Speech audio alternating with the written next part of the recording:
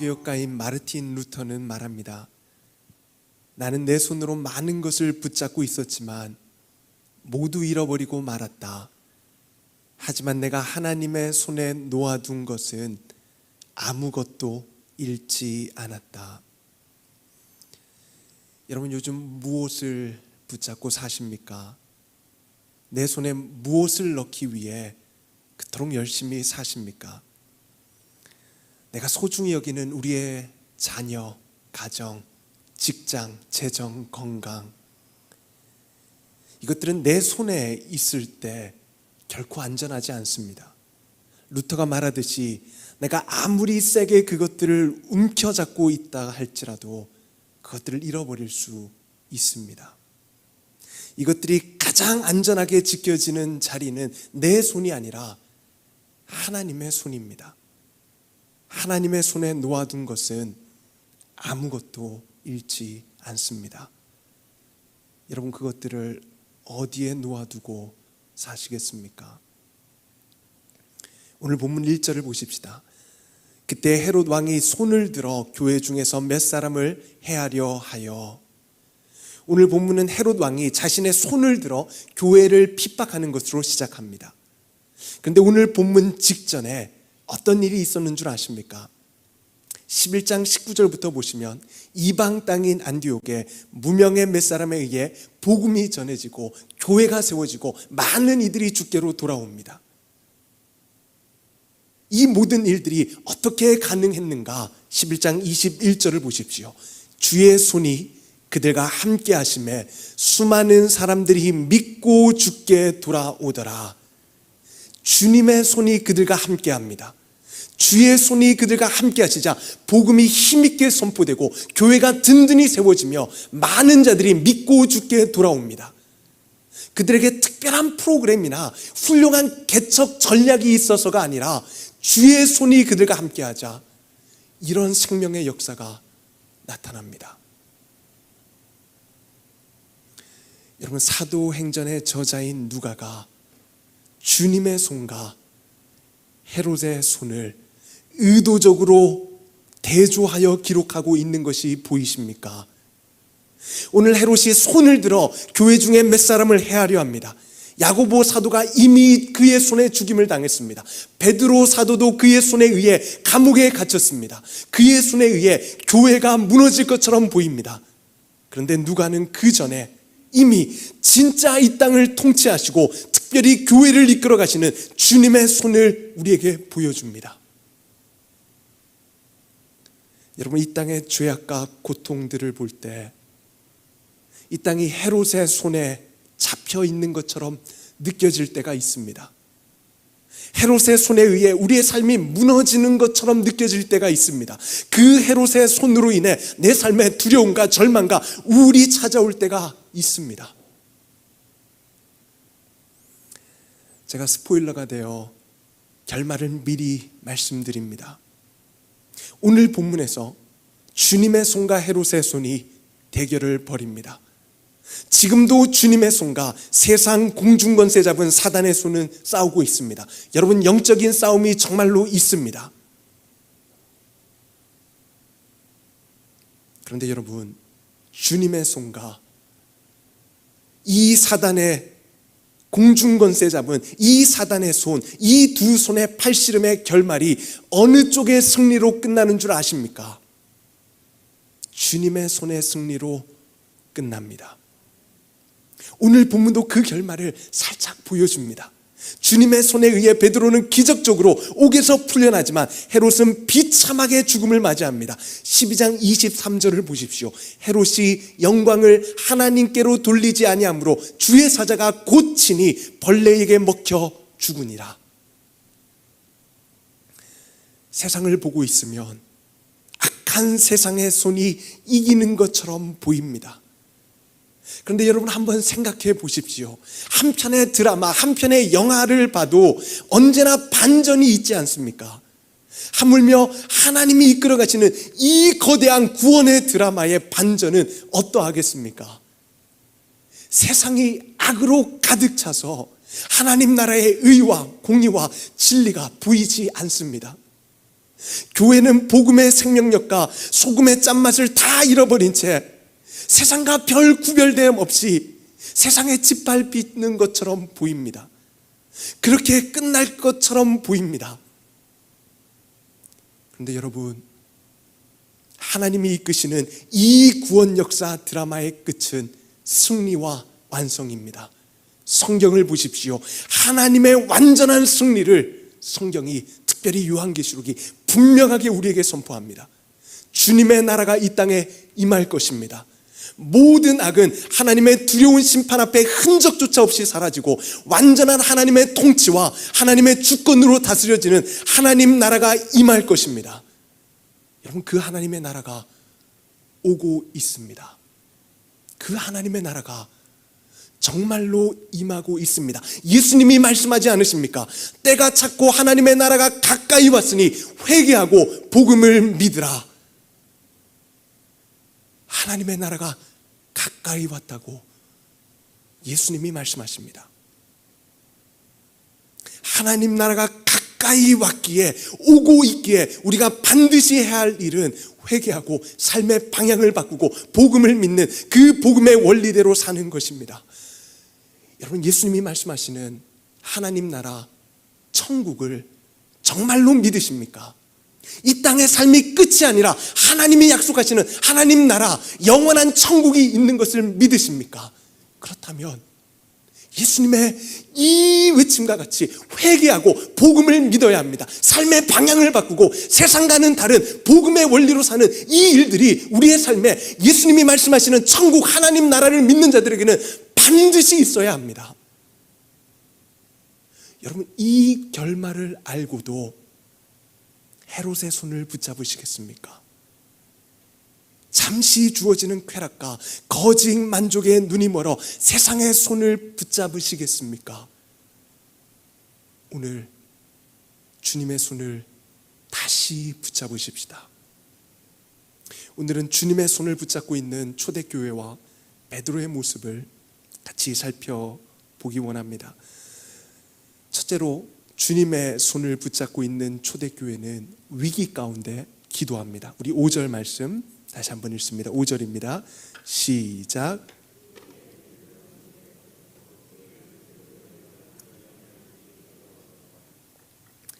초대교회의 지도자 중에 한 명인 야고보는 이미 죽고 베드로는 옥에 갇힌 상황에서 초대교회는 기도합니다. 간절히 기도합니다.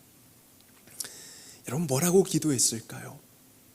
우리라면 어떻게 기도했겠습니까? 내가 사랑하는 사람이 질병이라는, 입시라는, 취업이라는 감옥에 갇혀 있습니다. 내 자신이 외로움과 우울과 실패라는 감옥에 갇혀 있습니다. 여러분, 뭐라고 기도하시겠습니까? 그 감옥에서 건져달라고 기도하지 않겠습니까? 우리 12절로 가보십시다. 12절을 제가 읽어드립니다. 깨닫고, 베드로가 뭘 깨닫습니까? 꿈이 아니라 하나님이 정말로 자신을 감옥에서 건져주신 것을 깨닫습니다. 그 다음을 보십시오. 마가라 하는 요한의 어머니 마리아의 집에 가니 여러 사람이 거기에 모여 기도하고 있더라.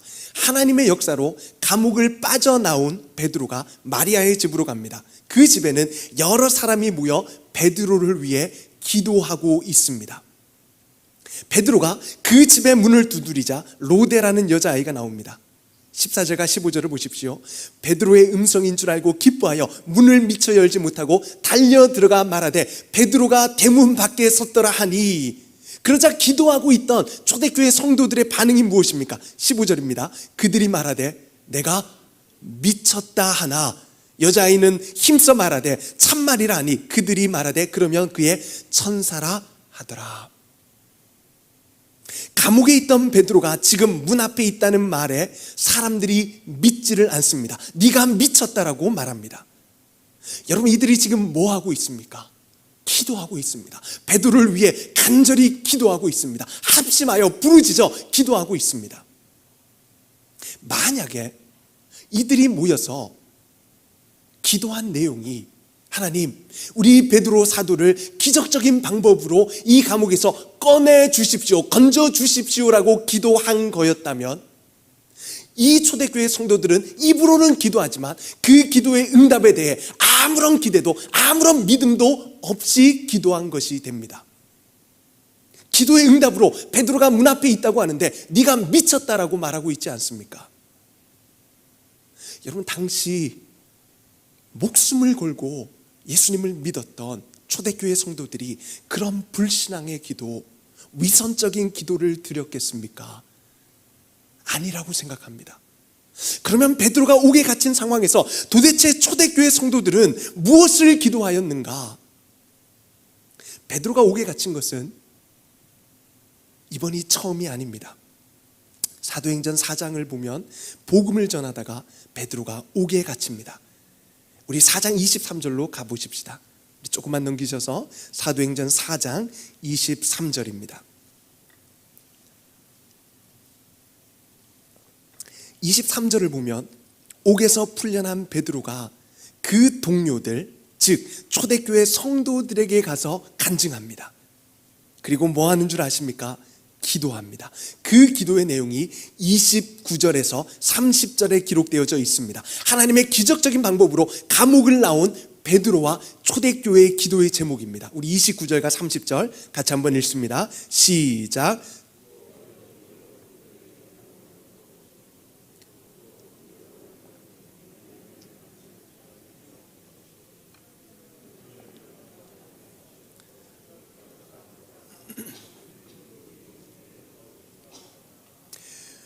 옥에서 막 풀려난 자들이 기도하는 내용이 뭡니까? 복음을 전하고 그 복음의 능력으로 안진뱅이를 일으켜 세운 일 때문에 감옥에 갇혔습니다. 그런데 다시 그 복음을 전하고 다시 그 기적을 해달라고 기도합니다. 초대교회는 이런 기도를 드렸던 교회입니다. 그렇다면 오늘 본문의 말씀이, 그들의 반응이 이해가 되지 않습니까? 그들은 단순히 베드로를 살려달라고 기도하지 않았습니다. 그들은 하나님의 뜻을 구했습니다. 하나님의 뜻이 베드로가 순교의 피를 흘려 그 희생으로 복음이 확장되는 것이라면 베드로 사도가 그 사명을 잘 감당해낼 수 있도록 그에게 믿음을 달라고, 그에게 담대함을 달라고 기도했을 것입니다. 그들은 육체가 원하는 것이 아니라, 육체의 욕망을 따라 기도한 것이 아니라 하나님의 뜻을 구했습니다. 하나님이 허락하신 상황을 믿음으로 받아들이고 그 주어진 상황에서 하나님의 뜻이 이루어지는 일에 순종할 수 있기를 구했습니다. 기도했습니다. 여러분, 요즘 기도하고 계십니까? 교회가 세상에 짓밟히는 것처럼 보이는 이런 상황에서도 기도하지 않는다면 그리스도인들이 도대체 언제 기도한다는 말입니까? 여러분, 기도하십시다. 교회를 위해, 예수 믿는 성도들을 위해 기도하십시다. 우리 자신과 우리 자녀들과 우리 가정을 위해 기도하십시다. 그런데 오늘 본문의 성도들과 같이 육신의 욕망을 따라 구하는 것이 아니라 하나님의 뜻을 구하십시다. 하나님의 뜻을 구하십시다. 이 땅의 교회가 세상과는 다른 거룩함과 순결함을 회복하도록 기도하십시다. 예수 믿는 성도들이 하나님의 뜻대로 사는 것을 돈보다, 생명보다, 목숨보다 중히 여기고 그렇게 말씀에 순종하며 살 수 있도록 기도하십시다. 믿음을 구하십시다. 담대함을 구하십시다. 용기를 구하십시다. 하나님의 뜻을 구하십시다. 마지막 두 번째로, 주님의 손을 붙잡고 있는 베드로는 주님의 손과 그 손의 역사를 봅니다. 오늘 본문은 베드로가 세 번째 옥에 갇힌 사건입니다. 오늘 본문 4절을 보시면 총 16명의 군사가 베드로 한 명을 감시합니다. 4명이 한 조로 2명은 감옥 안에서 베드로의 각 손에 차인 쇠사슬을 함께 묶은 채로, 그리고 나머지 2명은 감옥 밖에서 그를 감시합니다. 사도행전 4장과 5장의 감옥과 비교할 때 상황이 훨씬 더 악화되었습니다. 근데 여러분, 그만큼 하나님의 역사는 강력합니다. 우리 7절 말씀 같이 읽어봅니다. 7절입니다. 시작. 호련히 주의 사자가 나타나매 옥중에 광채가 빛나며 또 베드로의 옆구리를 쳐 깨워 이르되 급히 일어나라 하니 쇠사슬이 그 손에서 벗어지더라. 호련히라고 번역된 이 단어는 헬라어 성경으로 보면 이두라는 단어입니다. 이 이두라는 단어는 보라라는 의미의 감탄사입니다. 그래서 영어 성경은 behold, 보라라고 번역을 하고 있습니다. 오늘 본문은 가장 먼저 보라라고 명령하고 있습니다. 여러분, 감옥에서 볼 게 뭐가 있습니까? 감옥에서 감탄하고 놀랄 일이 뭐가 있습니까? 그런데 보라는 겁니다. 이두 보라는 겁니다. 무엇을 보라는 겁니까? 환경을 보라는 겁니까? 상황을 보라는 겁니까? 아닙니다. 주님의 손을 보라는 겁니다. 주님의 일하심을 보라는 겁니다. 암과 같이 캄캄한, 그리고 쇠사슬로 묶여있는 감옥 안에서 이두 보라라는 외침으로 7절이 시작됩니다. 그러자 7절을 따라가 보면 옥중에 광채가 빛나게 됩니다. 이 광채라는 단어는 요한복음 1장에서 빛 대신 예수님을 표현할 때 사용되는 단어입니다. 태초에 말씀이 계시니라. 이 말씀이 하나님과 함께 계셨으니 이 말씀은 곧 하나님이시니라. 그 안에 생명이 있었으니 이 생명은 사람들의 빛이라. 말씀이신 예수님이 곧 빛이십니다. 그 빛이 오늘 그 캄캄한 감옥 안을 비추고 있습니다. 여러분, 이 빛 대신 주님이 우리의 삶을 비치고 있는 줄로 믿으시기를 바랍니다. 그런데 이 빛이 비추는데 베드로가 알아차지를 못합니다. 그가 깊이 잠들어 있기 때문입니다. 주의 빛이 비추임에도 그 빛을 보지 못하는 베드로를 천사가 깨웁니다. 베드로가 얼마나 깊이 잠들어 있던지 그의 옆구리를 쳐서 깨웁니다. 여기서 치다라는 단어는 부드럽게 어루만지는 느낌이 아니라 세게 치는 의미의 단어입니다.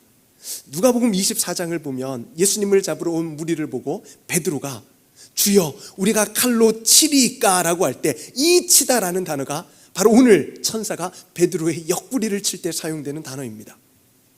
주의 빛이 임했음에도 이를 보지 못할 만큼 깊이 잠들어 있는 베드로를 천사가 그의 옆구리를 쳐서 깨우고 있습니다. 사랑하는 여러분, 영적으로 깊이 잠들어 버린 우리를 깨우시기 위해 주님이 때로는 우리를 흔드시는 때가 있습니다. 우리가 깊이 잠든 만큼 주님도 우리를 세게 흔드실 수밖에 없습니다. 잠들어 있는 그리스도인, 잠들어 있는 교회를 깨우기 위해 주님은 우리를 뒤흔드십니다. 때로는 우리를 치십니다. 그런데 잊지 마십시다. 주님의 치심은 우리를 깨우고 우리를 살리기 위한 치심입니다. 아플 수 있습니다. 고통스러울 수 있습니다. 그런데 기억하십시다. 그 치심의 결과는 우리를 살리는 치심입니다. 이 치다라는 단어가 12장 23절에도 사용을 되는데요, 헤롯이 영광을 하나님께로 돌리지 아니하므로 주의 사자가 곧 친히 벌레에게 먹혀 죽으니라. 여기서 치심은 심판의 치심입니다. 그런데 하나님께서 자녀를 치실 때는 살리고 돌이키고 깨우기 위한 치심입니다. 여러분, 주님의 치심이 있으십니까? 주님의 흔드심이 있으십니까? 반응하십시오. 깨어나십시오. 일어나십시오. 이제 영적인 눈을 뜨십시다. 주님이 우리를 빛 가운데서 깨우시는 겁니다. 눈을 떠 일어나면 감옥이라는 암울과 절망이 기다리고 있는 것이 아니라 주님의 빛이 기다리고 있습니다. 주님이 그 빛 가운데서 사랑하는 자녀들을 깨우십니다. 그러니 이제 눈을 뜨십시다.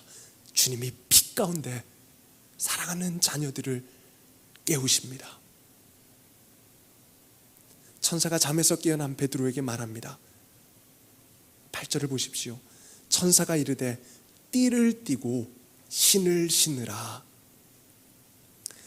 허리띠를 띠고 신을 신으라고 명령합니다. 우리 PPT를 한번 보여주시겠습니까? 당시 유대인들은 이렇게 통으로 된 헐렁한 옷을 입고 지냈습니다. 그래서 허리띠를 띠지 않고는 활동을 할 수가 없었습니다. 여러분, 주님은 매일매일의 영적 전쟁인 삶인 우리에게 허리띠를 느슨하게 풀어놓지 말고 마음의 허리띠를 동여매라고 말씀하십니다. 베드로전서 1장 13절 말씀도 한번 띄워주시죠.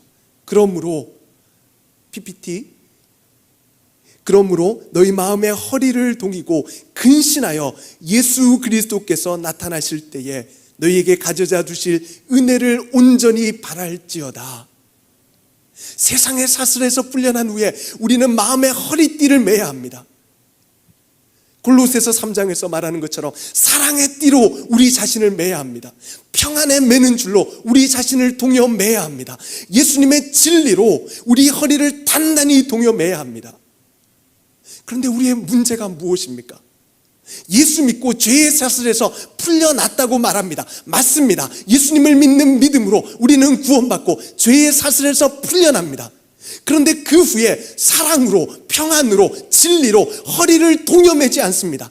다 풀어제치고 반종하며 세상과 똑같이 살아갑니다. 사랑으로 동여매지 않으니까 내 안에서 자꾸 미움과 시기와 질투가 나를 지배합니다. 평안에 매는 줄로 마음을 동이지 못하니까 자꾸만 좌절과 절망이 내 마음을 사로잡습니다. 진리로 허리띠를 매지 않으니까 이 세상의 거짓과 탐욕과 욕망으로 움직이게 됩니다. 우리 심령을 사랑의 띠로, 평안에 매는 줄로, 진리의 허리띠로 전혀 동요매지 않는 겁니다. 사랑하는 여러분, 일어나 주님의 빛을 보십시다. 주님이 우리를 깨우시지 않으십니까? 그리고 이제 일어나 허리띠를 매십시다. 사랑으로, 평안으로, 말씀의 진리로 단단히 우리의 심령을 동여 매십시다. 말씀을 정리합니다. 초대교회는 위기 가운데 기도했습니다. 그리고 감옥에서도 주님의 손을 봅니다. 여러분, 위기 가운데 있으십니까? 기도하십시다. 내 욕망이 아니라 주님의 뜻을 구하십시다. 그리고 이두 보라, 주님의 손을, 주님의 역사를 보십시다. 내 안에 절망과 두려움이 엄습할 때마다 이두 봐라, 주님이 지금도 나를 부르고 계시지 않느냐. 길이 보이지 않는 것 같을 때도 이두 봐라, 주님이 홍해 가운데서도 길을 여시지 않았느냐. 암울한 감옥에 갇힌 것처럼 느껴질 때도 이두 봐라, 주님이 지금도 이 자리에서 일하지 않으시냐. 여러분, 주님이 영적으로 깊이 잠든 우리를 깨우십니다. 빛 가운데로 우리를 깨우십니다. 이제 사랑의 띠로, 평안에 매는 줄로, 진리의 허리띠로 우리의 심령을 두명매고 절망과 우울과 미움과 욕망이라는 그 감옥의 자리를 박차고 나가십시다. 오늘 주님의 손이 헤롯의 손을 넉넉히 이기지 않습니까? 우리의 마음을 사로잡고 있는 그 악한 영의 손을 주님의 손이 넉넉히 이기는 줄로 믿으시기를 바랍니다. 주님의 이 손길을 경험한 우리 신앙의 선배의 고백을 들어보십시오. 내 마음속에 솟아난 이 평안은 깊이 묻힌 보배로다. 나의 보화를 캐내어 가져갈 자 그 아무도 없으리라. 후렴은 이렇게 고백합니다.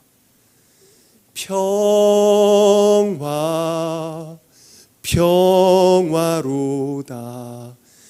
하늘 위에서 내려오네. 그 사랑의 물결이 영원토록 내 영혼을 덮으소서. 기도하시겠습니다.